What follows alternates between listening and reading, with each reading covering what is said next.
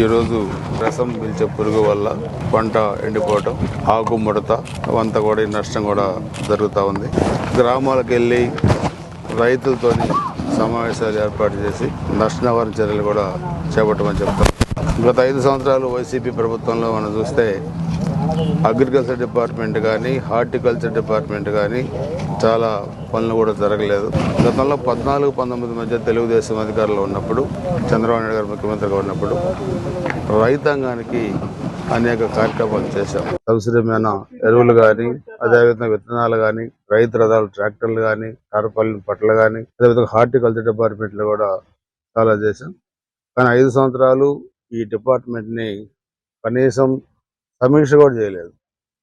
So అందుకని నేను అధికారులందరికీ చెప్తా ఉన్నాను, గత ప్రభుత్వం వేరు, ఈ ప్రభుత్వం వేరు. ఇది రైతులకి అండదండలుగా ఉండే ప్రభుత్వం.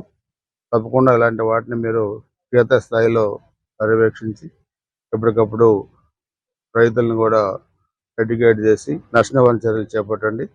ప్రభుత్వ పరంగా రైతాంగానికి అన్ని విధాలుగా ఉపయోగపడే విధంగా అండదండలుగా కూడా ఈ ప్రభుత్వం ఉంటుంది. మళ్ళా త్వరలోనే మీతో సమీక్ష చేసి ప్రభుత్వం దృష్టికి తీసుకెళ్లి ఇలాంటి భవిష్యత్తులో జరగకుండా, అంటే వచ్చే సీజన్కి ఇలాంటి జరగకుండా ముందుగానే జాగ్రత్త చర్యలు తీసుకొని, అదేవిధంగా సాయిల్ టెస్ట్ కూడా చేసి దాన్ని కూడా అన్ని విధాలుగా ఏం చేయాలో చేసేదాన్ని కూడా అధికారులు కూడా చర్యలు తీసుకోమని చెప్పి కూడా చెప్తా ఉన్నాం.